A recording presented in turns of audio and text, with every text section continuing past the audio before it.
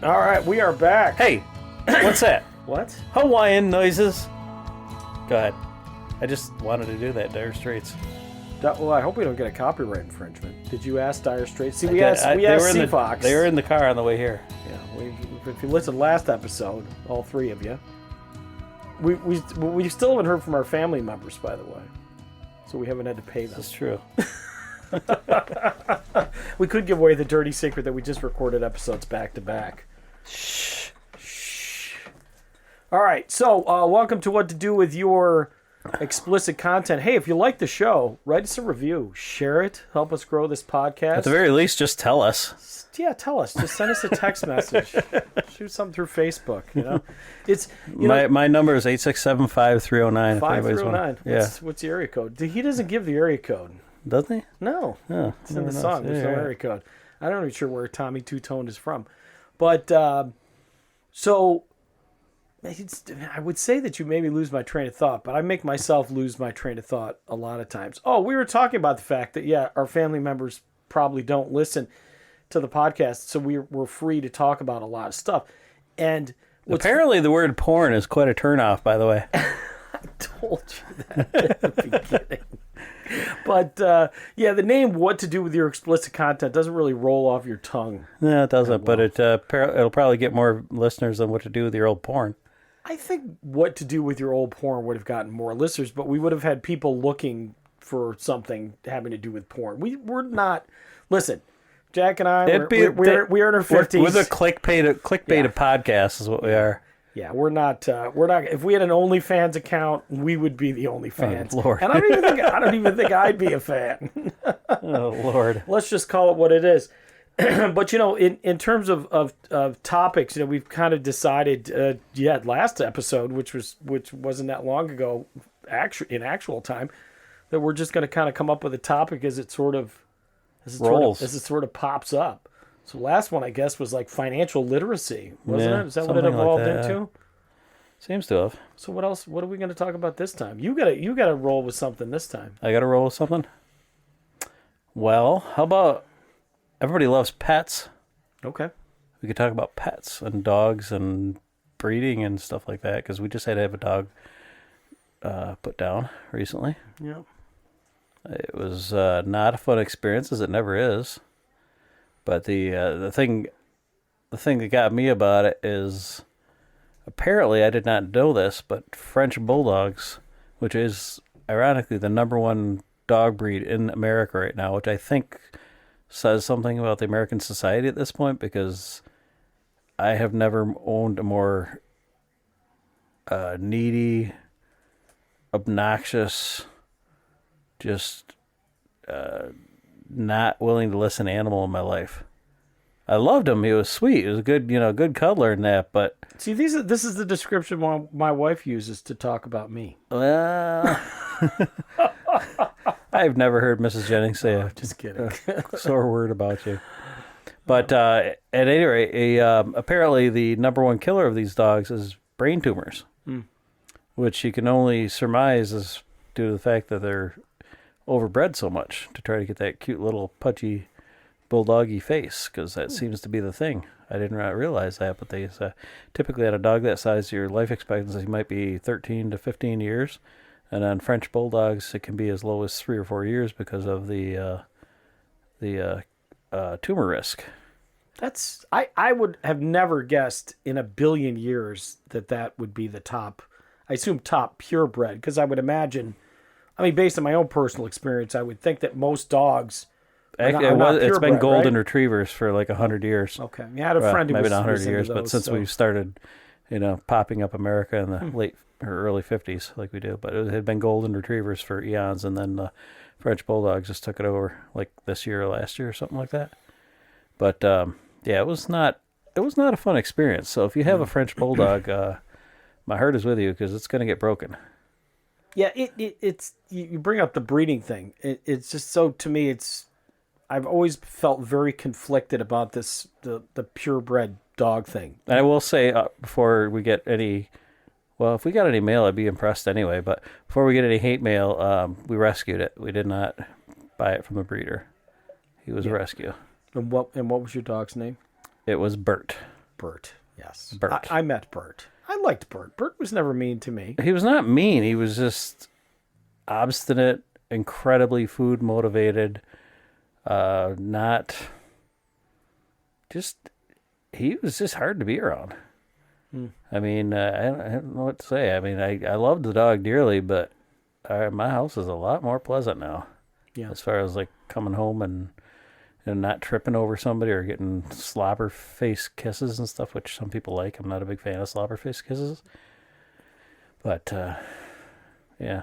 Yeah, but there's a part of you that has to miss him. Oh, I do. Yeah, I was looking at pictures and videos of him today, and I was like, oh, because I mean, he was a good dog for taking on walks and stuff like that. You know, when there was no other animals around, because if there was other animals around, he would just lose his mind, and you didn't know what to do with him. But yeah, well, it's tough with pets because I don't. They tend to have a very unconditional loving gene. more so than myself. Yeah. Yeah. No matter how difficult they are to deal with. We had a dog. I only had, well, there was a few dogs that I had to. Have you ever even owned a dog? I own 5 now. Oh, that's right. the second Jack walks in the door here, I have 5 Chihuahua Jack Russells, and they come in. It's like, yeah, they're barkers. But and before that, I had a couple labs, and I know we had to put down the 2 labs within the last 6 or 7 years. And the one was the dog that grew up with the kids. I think that's the toughest one of all because, man, because it's like kids are always looking for some sense of permanency. Even when they go off to college, the most of the anxiety I think is in the fact that throughout their entire life they've had this one constant, which is whatever their parental situation is home, whether it's a single parent or a 2 parents. Hopefully you don't have a single parent that has a boyfriend or girlfriend parading, coming through too often, because again, that creates a lot of turmoil.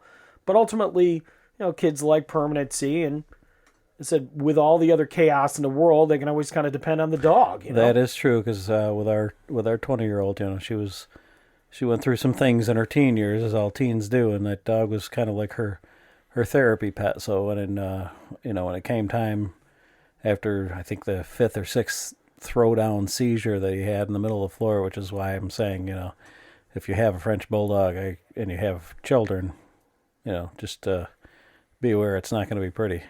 But, we had to come to the reality that it was, nobody wanted to see what he was going through.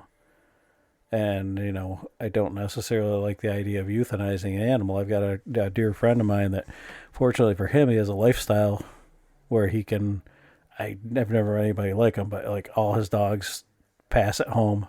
His cats pass at home at the age of like 105. And he'll carry the dog in and out for 2 years to go to the bathroom and stuff like that, which I don't have that kind of lifestyle, and most of us don't. We're around the house that much that we can do that. So I think it's great that he can do it, but, when it comes right down to it, you can't just watch an animal, have seizures, wake up, and then not know where the hell they are. Walking around the house like, what just happened? I just lost like 5 minutes. Yeah, you did. And they're spitting pee all over the house now, too. We don't know why. Yeah. They don't know why that happened either. And it's just heartbreaking to watch. So we had to, come to almost get the child to the point where we realized that this is something that has to be done.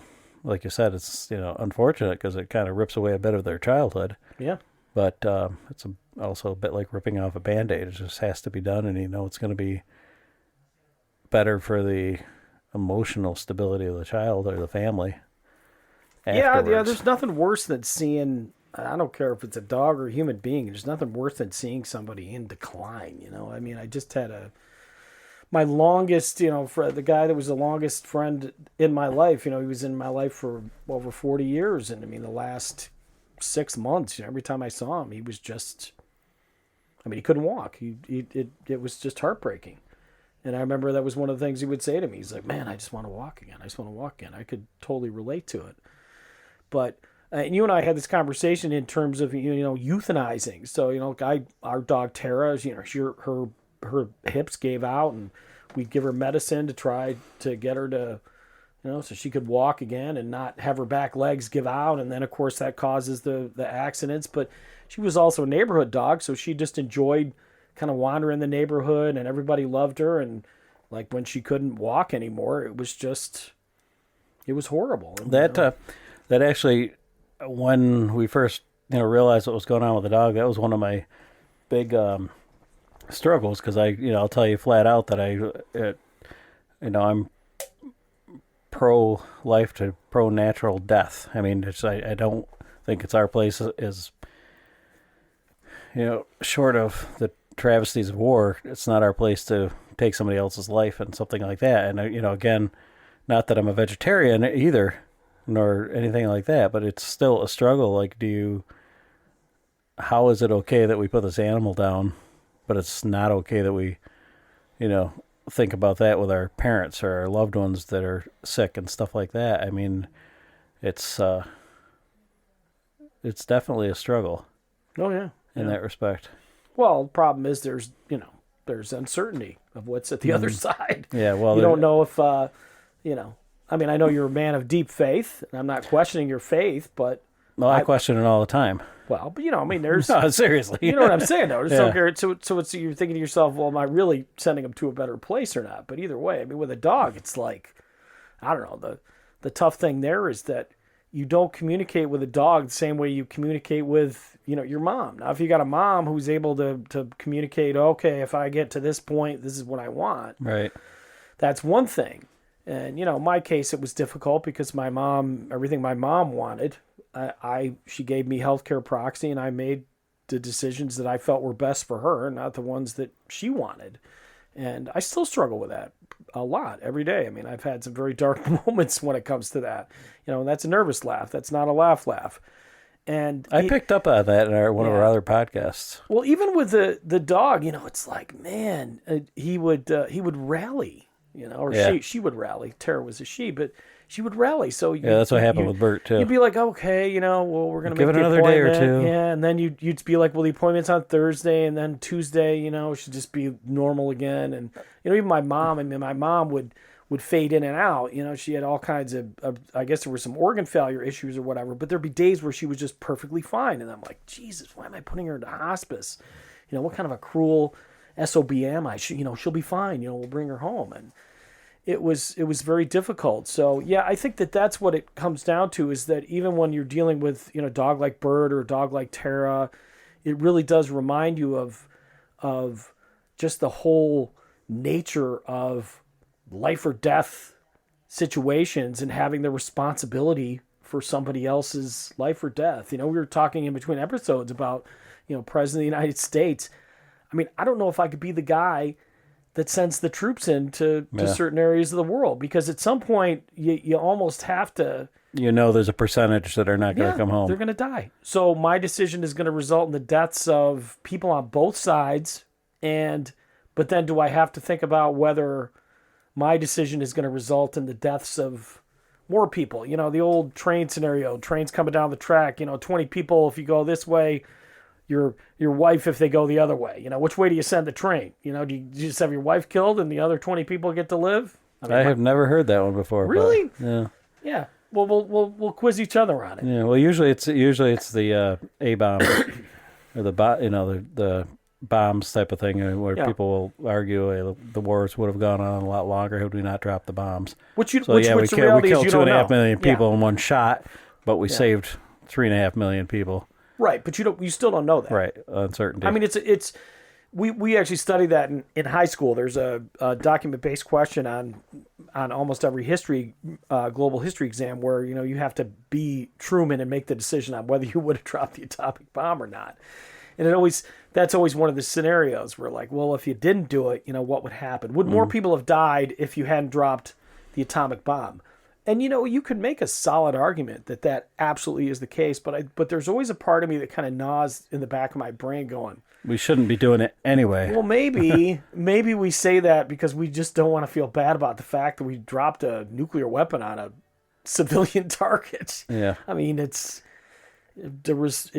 horrific if you've ever read about the particulars of the atomic bomb, but again, if you're going to be president of the United States, or even maybe even a doctor, and I know your wife is working in hospice now, you have to make decisions about life or death. And to some degree, I'm not the kind of person that can just remove the emotions from it. To me, it's just gut wrenching. Yeah, I don't know if I could either. I mean, it's just, it's interesting. It's like I had, recently had an experience with it. I have a couple that I work with that, by all worldly means has got the life that you could possibly want. I mean, they just, they live on a back nine of a prestigious golf course and a brand new home and stuff like that, have it all figured out. They just built a house. And then we find out that the husband has a disease that's going to kill him, and it's just thrown, I mean, he knows, but he does, it's got mental capacities along with it, so it's not as big of a struggle, I suppose, for him to an extent, but with the dementia.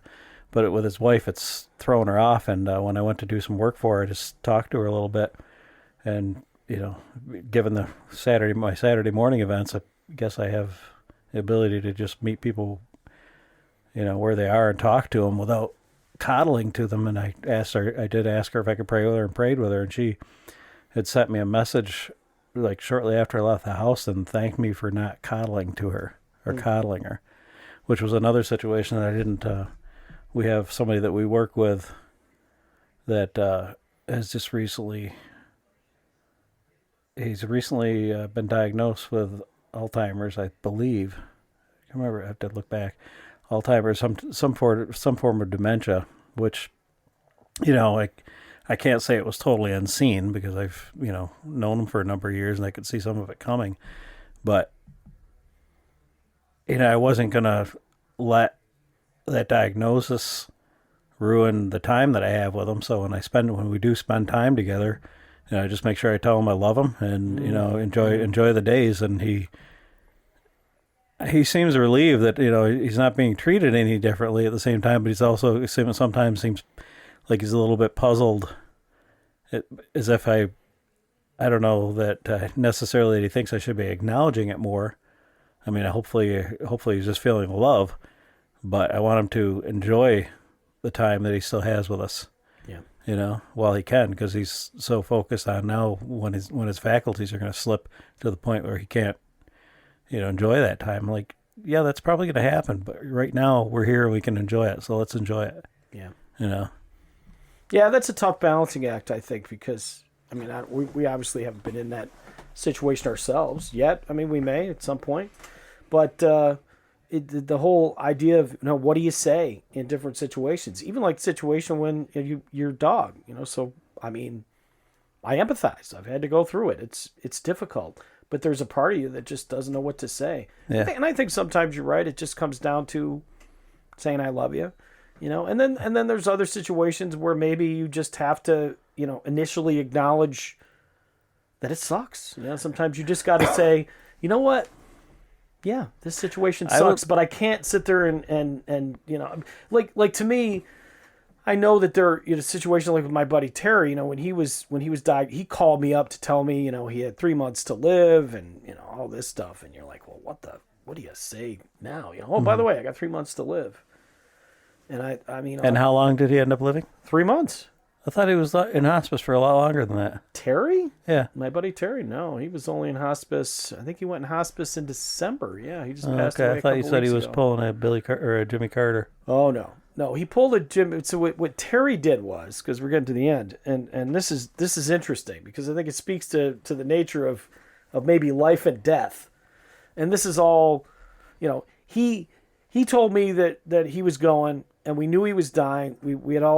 I had arranged to have some friends, come and see him and everything, people that he'd kind of alienated and whatever. I don't want to get into the poor guy's baggage. But he was a huge Buffalo Bills fan. This was one of the first things that kind of brought us together as friends. We used to go to Bills games back in the 80s, early mid 80s. I mean, a long time ago. And he said to me when he knew that it was coming near the end, he said, "Oh, I guess I'm not going to live long enough to see the Bills win the Super Bowl." Now, yeah, don't ever let that be your goal, folks. But as funny as that is on some level, it was important. I mean, there was a seriousness to it. In fact, okay, so he told me that when the Bills were 6-6, and then at that point, I think me and my buddy Anthony, who were visiting him at the time, we both kind of thought to ourselves, well, do we break it to him that this season is a suck fest, then the Bills are not even going to go to the playoffs, they're not going to win the East and all this other stuff. And then, of course, the Bills won the East. They wound up going into the playoffs, and then they lost in the playoffs, and he died like a week later. And Anthony, when I called Anthony to say, hey, Terry passed away, and he's like, yeah, man. He goes, he just hung on those last 4 to 6 weeks to see how the Bills would do. That's crazy. Yeah. But it's. See, I always thought it as the Bills were keeping people alive. Well, they were. I mean, if he really, I guess there's only a point where you could do that, though. Well, yeah. I mean, I don't blame the Bills. I mean, it's a football team. There's only one out of 32 that wins it every year. I enjoy it. I go to Bills games with my kids, which is a way for us to spend time together. But I realize the importance of it. But to me, it's a lot different this year, them not picking it to the playoffs. To my buddy Terry, I mean, he was 11 years older than I was, and he never got to see him win a Super Bowl. But again, what do you say in a situation like that when he says that? It's like, oh, you're damn right, buddy. You're going down. Or, oh, you got different things to think about, Terry. So there's no real right way to address it. But yeah, I guess, we got a little sidetracked, but well, sometimes hopefully that all makes sense to people listening, because we are at the 22-minute mark. We are. You're giving me the 22-minute ice. That's what we're going to call them. I know. I'm just kidding. I actually forgot to set my timer, so we could be well in advance. Well, I was the responsible one. So I'll let you do the final thoughts on this one, because my throat is getting dry. Our final thoughts. Man, this went all over the place. Where did we start? With the pet dying or something different? I think there was a lot of it having to do with kind of life or death and euthanasia and decisions. Yeah. I think the one takeaway I would say is that, when you're dealing with people is just, don't be cliche. Yeah. Just be real with them. Sometimes you just need to sit and shut up. Just be with them. Hold their hand. Don't say anything. Squeeze them, rub them on their bald head, and kiss their head and tell them you love them. Yeah. And if you're dealing with a pet that you have to make the decision to euthanize them, it's not an easy decision. And if you're having a hard time with it, yeah, that's normal. That's you got a couple guys here that have been through it. It's our heart goes out to you, and either decision you make, whether to keep them alive or euthanize them, I mean, neither decision is an easy one. So, yep.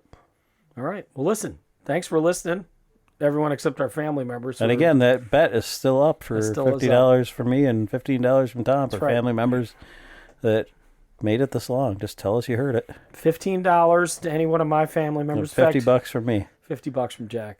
And if your family member listens before mine, I'll acknowledge it. Okay. All right. Thanks, everybody, for listening. We will see you. We're going to be putting these up every couple weeks, so we'll see you in a couple weeks. This isn't our job, folks. We just do it because we like hanging out. It could be our job if you support us, though. Remember that. Don't you discourage them, Jack. All right. Bye-bye.